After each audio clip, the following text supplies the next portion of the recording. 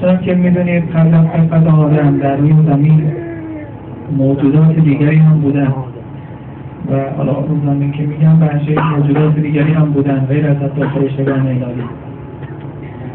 از موجوداتی مثل نسناس توی روایات حرف هست، از موجوداتی مثل اجنه و شیاطین حرف هست و امثال میکنن.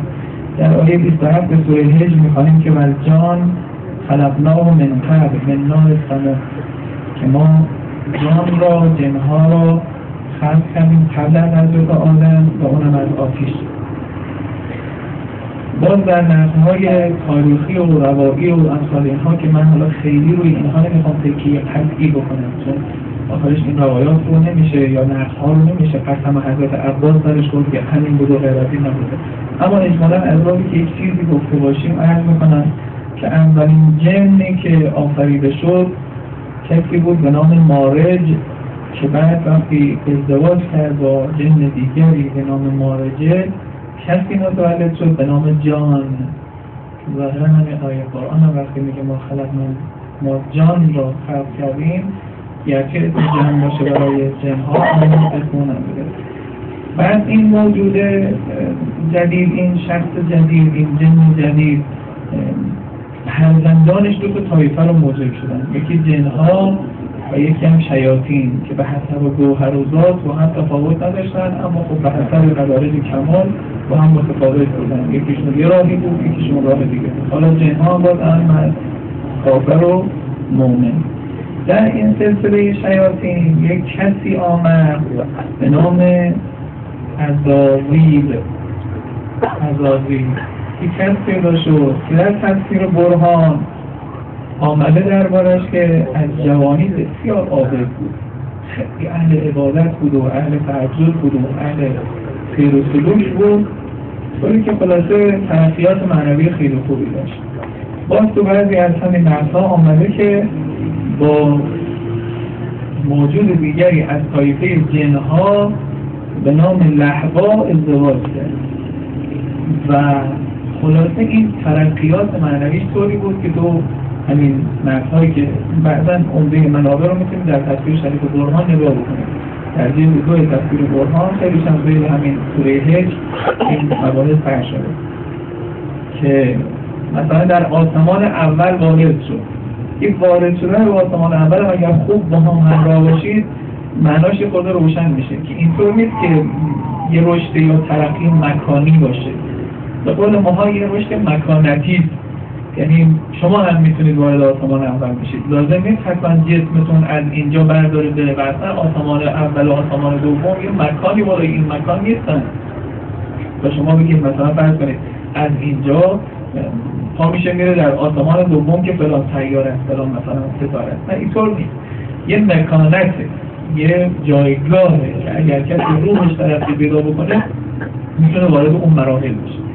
حالا این ترقیات طوری بود که وقتی با آسمان اولی ها مشهور شد، یعنی حضور داشت پیش اونها، ولو عرض میکنم توجه کنید جسمش اینجا باشد اما روحش اونجا همراه باشه، اون نظارگر آسمان اولی ها باشه، فرشتگان آسمان اول رو ببینه. این قبل خلاصه آوازش در عبادت چیز که آسمان دومی ها تقاضا دادن که این موجود عابد زاهد رو بیارید ما هم ببینیم، ازش یاد بگیریم. چون نقل‌های روایی هست که آسمان دومی ها هم اون رو بردن، دوباره سومی ها، چهارمی ها تا کارش چشید به آسمان هفتم. ولی هر کدوم از اینها کلی هست داره، من نمیخوام معطل اینجاش بشم.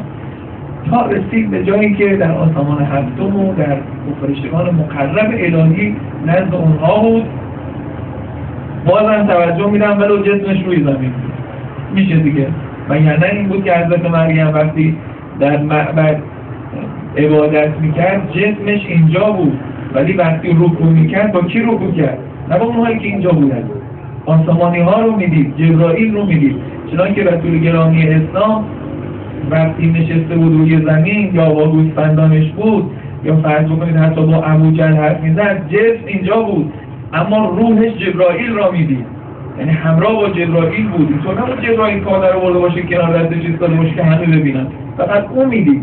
و این حقیقت ترقی معنوی است دیگه که آدم میتونه این سیر معنوی رو طی بکنه، آروم آروم بهره مند بشه از اون مراتب بالاتر. کاری شد به اونجا رسید که تو بعضی نقل‌ها هست اصلا واعظ فرشتگان شد این آقای عزازیل که واعظ فرشتگان شد، برای فرشتگان منبر میرد و توصیه میکرد اونها رو، حرف او جذبه درست میکرد و انصاری. خدای متعال از حیثی که همیشه هدایت ابتدایی داره و هیچگاه اضلال ابتدایی نداره، هیچ وقت گمراهی رو ابتداءً برای کسی انتخاب نمیکنه، همیشه اول هدایت. بله اگر کسی زیر هدایت الهی زد و خودش رو مستحق ضلالت گمراهی کرده. خدای متعال برای همه موجودات عالم از جمله این بنده خدا چراغ میزنه. دو سه تاشو براتون تعریف میکنم، هنوز دارم قصه میگم بعد یه جایش میرسه که حسابی باید گوش بدید. مثلا ملائکه الهی در لوح محفوظ الهی چیزی خواندن و صداش پیچید بین فرشتگان که در اونجا ایستاده بود که یکی از مقربان درگاه از درگاه رانده میشه به علت گناهی که میکنه که لعنت ابدالآبدین باش خواهد. خب این ترس انداخت، این مقربان یکیشم ما مقربین دیگه، ترس انداخت به جون فرشتگان که نکنه این ما باشیم، این گفت اون گفت اون گفت این گفت. اینقدر مقام عزازیل بالا بود و پیش فرشتگان محترم بود که هر کس میومد پیشش التماس دعا که تو دعا بکن من اون یکی نباشم. جالبه که آدم اگر متواضع باشه، اگر آدم خدا ترس باشه، اینجا میگه که تو دعا کن منم نباشم، اما این میگفت نه انشاءالله تو نیستی، من دعا میکنم برات که تو نباشی. کاری از این که این خود بیچارت همه خودشه، مقربی که قرار سقوط بکنه.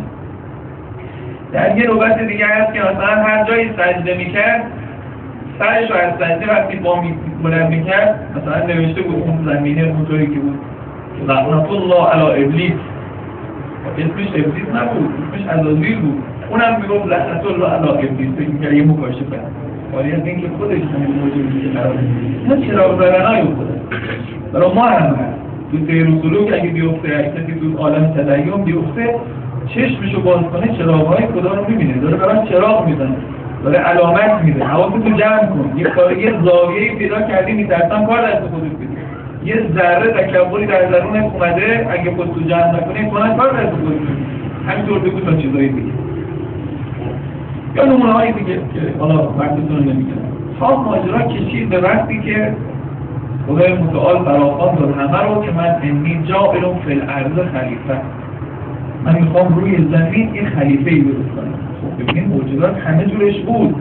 خلیفه خدای متعال، خلیفه از خلف میاد، خلف یعنی پشت، خلیفه یعنی کسی که پشت کسی بیاد، یعنی جانشین، یعنی قائم مقام. من میخواهم در زمین قائم مقام درست کنم. خیلی حرف مهمی. این آقا سختش شد. ما اومدیم این آقا سختش شد. فرشتگان شدیم و اینقدر مقام، حالا این میخواد روی زمین یکی درست کنیم، من نیستم دیگه قطعا.